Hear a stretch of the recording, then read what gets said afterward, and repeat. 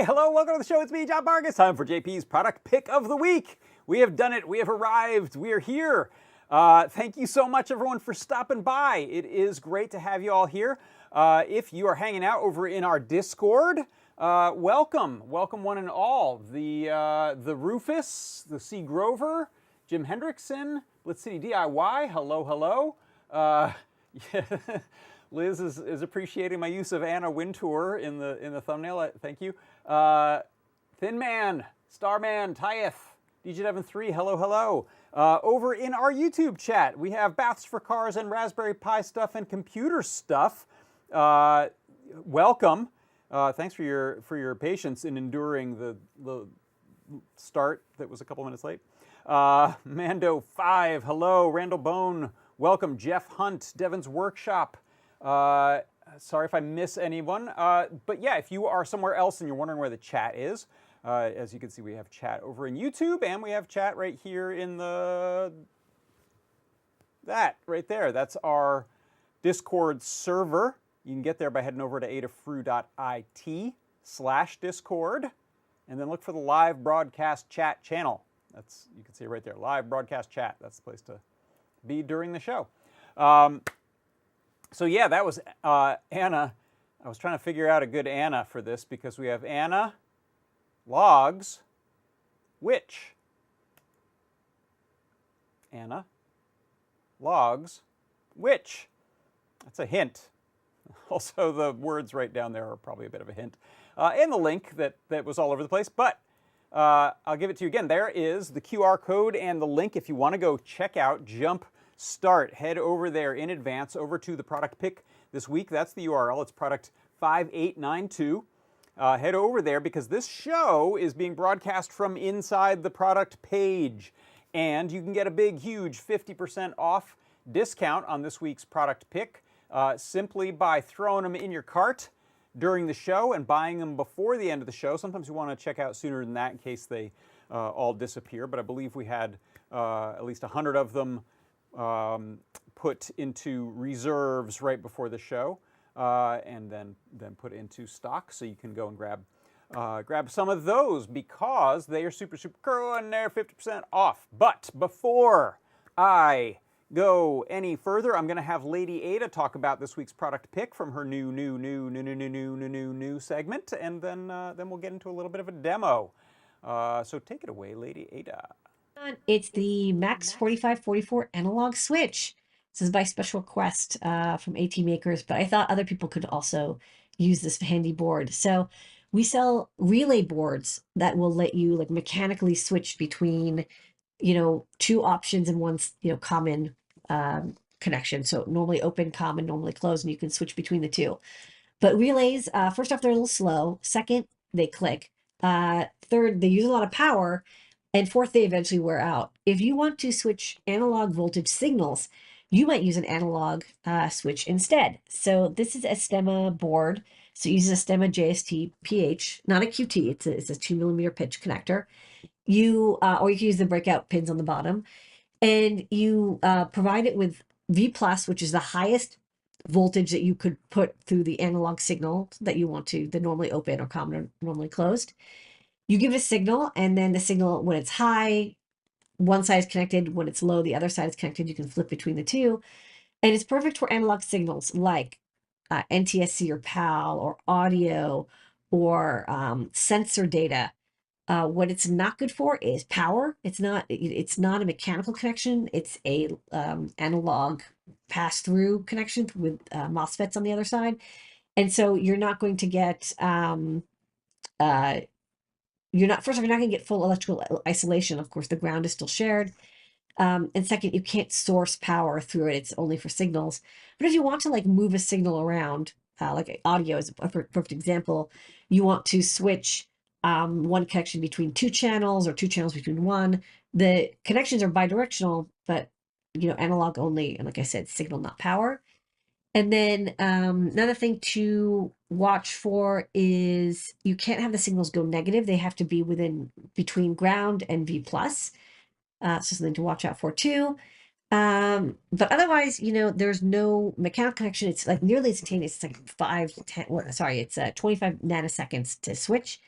There's no wearing out, there's no noise, there's no clicking, and um, very low RDS(on). I think only like 2 to 6 ohms of resistance that you can detect. So, it could be really handy for people doing analog switching. You want like a joystick signal or a potentiometer signal. You want to move, like I said, audio or video. These are common things that people are moving around.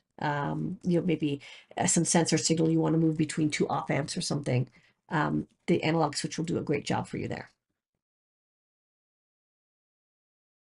Yes, it will do a great job for you. That is it right there. Where to go? Hey, look, look, look. This right here, it's my product pick of the week this week. It is a STEMMA analog SPDT switch using the MAX4544 chip. So this is a solid state switch. It allows you to very quickly switch signals between two inputs going to one output or vice versa. And it is for things like audio, for sensor data.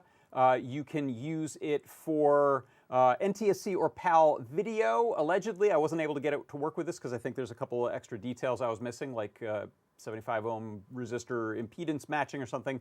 But the spec sheet says, yeah, you can do things like switch video with it. And it is pretty cool. What I want to do is first of all show you the page right here. This is the page for it. And you can see we've got a nice, let me go to this image, nice overhead view here, which will show you we have a STEMMA JST-PH connector here, which is for this type of STEMMA 3-pin switch, or cable rather. Plug it in there, and then we have versions with alligator clips on one end, different header pins on them, and so you can use that for something like plugging into some header pins on your microcontroller. That will give power, ground, and signal to the breakout, telling it what to do over here on, as you can see on that little green section there, we have the normally open and normally closed sides, and whichever one of those we tell it to switch to is what we're connecting to that common pole in the center there. So, for example, 2 audio inputs from 2 sources going to the normally open and the normally close, and then the output there going to your amplifier. You can then switch between 2 audio sources super fast, near instantaneously, and you can do it silently, as Lady Ada said, no relays required.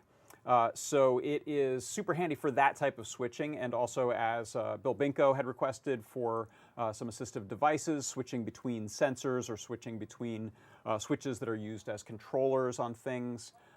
Really, really handy for that. If you take a look a little further down, you'll see we have a link to the guide, a little learn guide here from Liz. I think I have it open here in this tab already. And you can see we have an overview of it. You can check out the pinouts page here. We'll tell you how to run it. Now, you don't have to use the JST connector depending on your needs. You may want to solder on some header pins and put it down into a breadboard, into a Perma Proto or other circuit. And then we also have a couple of examples of using it in CircuitPython, including the wiring diagram. This is helpful here if you're going to try this out. And the sample code both in CircuitPython, and a nice example there of switching between a couple of waveforms that Liz did. We also have the Arduino example. The nice thing here is you treat it just like a digital pin that you're sending a high or a low value to. That's all you need to send to the STEMMA board. It handles all of the rest. So what do you say we do a little bit of a demo? So I'm going to drop down to, how about this view right here should do. So you can see what I have here, a Metro, and it is running over the STEMMA for power, ground, and signal to the analog switch board. And then I have this orange wire is one audio input, this white wire is a second audio input, and then the green is the output for the audio, whichever one I'm switching to. This is connected to some little RCA cable connectors, and I have another RCA output, and that's all going into a little powered speaker.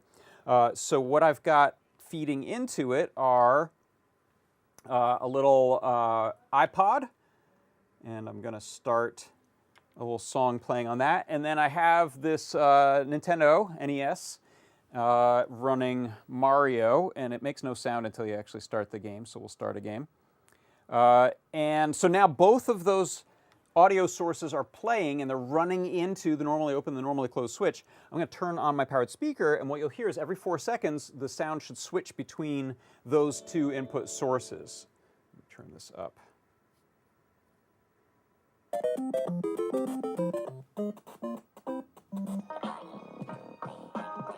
Switches to iPod, switches back to Mario there.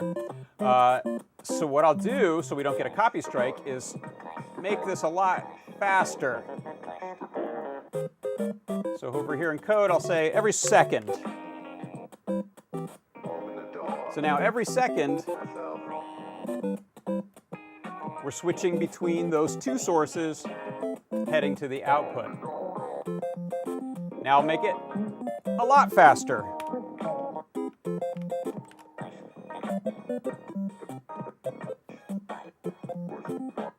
So kind of like a little DJ fader, you can get obnoxiously fast with this. You kind of listen to both of them at the same time now.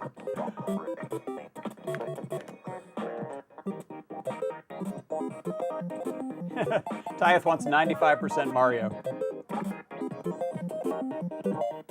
All right, I'll turn that off because that's maddening. But you can see there, it's handy. You don't have to just tell it to switch on a regular time there. Of course, it could be based on sensor inputs. You could have a couple of sound sources that change based on, let's say, a distance sensor, someone walking into a room. You can switch the audio that way. So it's interesting because sometimes you've got wildly different equipment sending out your signal, in this case to audio, and it's easier to just talk to a little switch in the middle that's not mechanical, that's not a relay, but is instead something like this lovely little solid state switch. Yeah, it is pretty good, Tyeth. It's pretty good for as far as semi-unplanned mixes go. And if you get the timing right, you can kind of find the same tempo as the music and fit between the beats, which is weird and wild.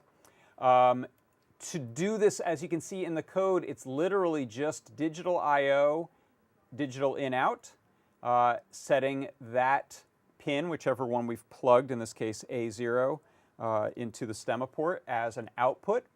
And then in the main loop here, it is just counting down the clock, the little timer there, in this case 0.04 seconds, and then flipping and flopping the value of that. So make it equal what it currently isn't. So just switch it back and forth, and then repeat that over and over again. So it's just like talking to any digital in/out pin set as an output and setting it to high and low or true and false.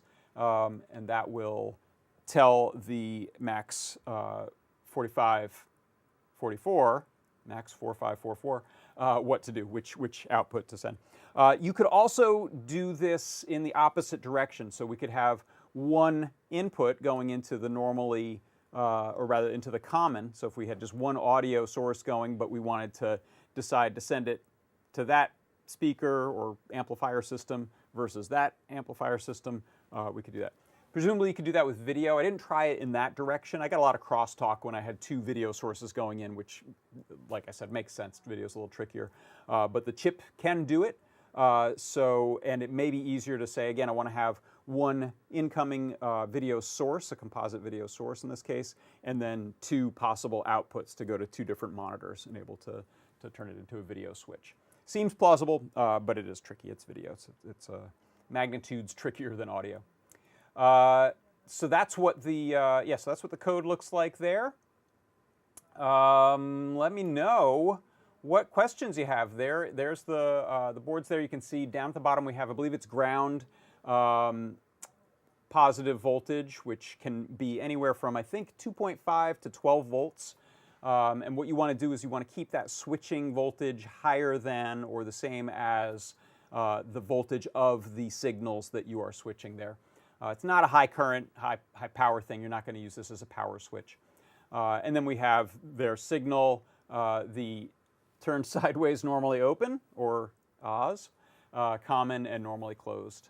And those correspond to those same pins that you see there on the screw terminals. So let's see. If we have, yeah, Tackle the World, we have Persistence of Hearing. It's true, you can kind of keep both of those songs moving. Ah, man, Randall, hoping for Street Chicken. I thought I had it on this little iPod. I didn't. Street Chicken would have been a good choice.